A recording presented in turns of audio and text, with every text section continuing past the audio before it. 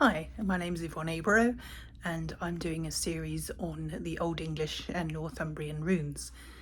The next one in the series is need. There it is, need. And this is cognate with our modern letter N, and it stands for need or necessity.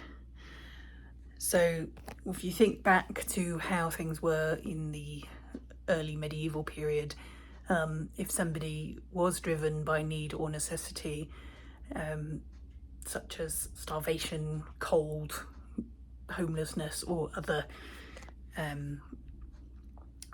unforeseen, unpleasant circumstances, it could drive them to do some quite drastic things.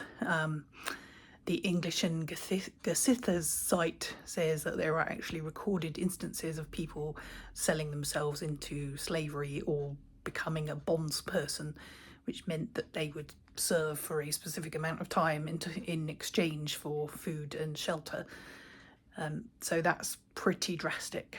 Thankfully, we don't have to do that kind of thing today, although unfortunately the problem of slavery has not in fact gone away, and there are many parts of the world where people are still enslaved, and in fact there's probably more people enslaved now than ever were during the period of transatlantic slavery.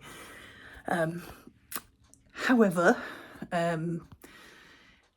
the concept of need being pretty dire and necessitating some very hard choices is something that we can take to heart. And when you need something, you need it.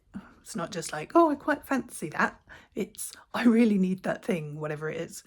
And of course, the other side of the coin of need is the obligation to hospitality, to reciprocity, and to charity, which is something that was found in ancient polytheistic religions.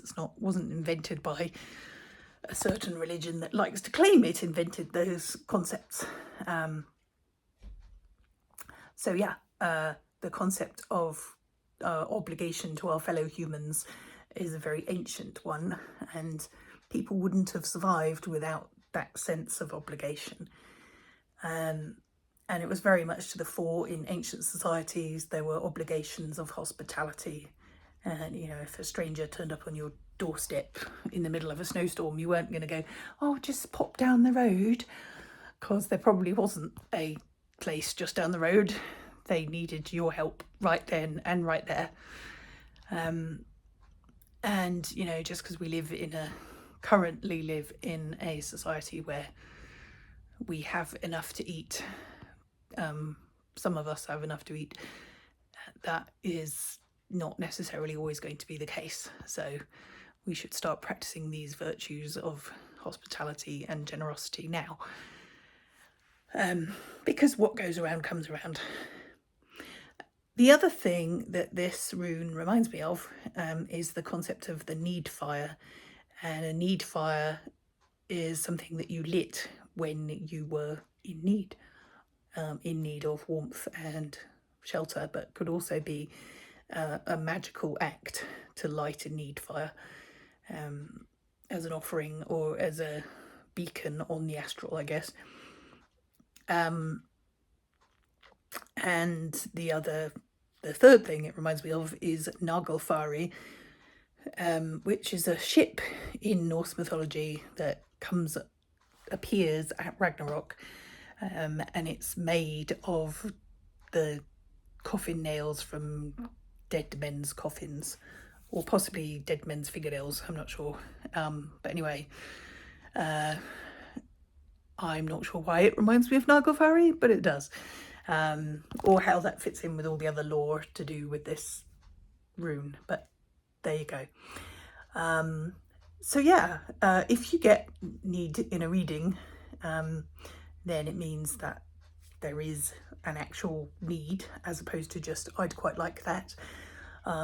If you can use it magically to say, I want, I need this thing so let's make it happen by using it magically.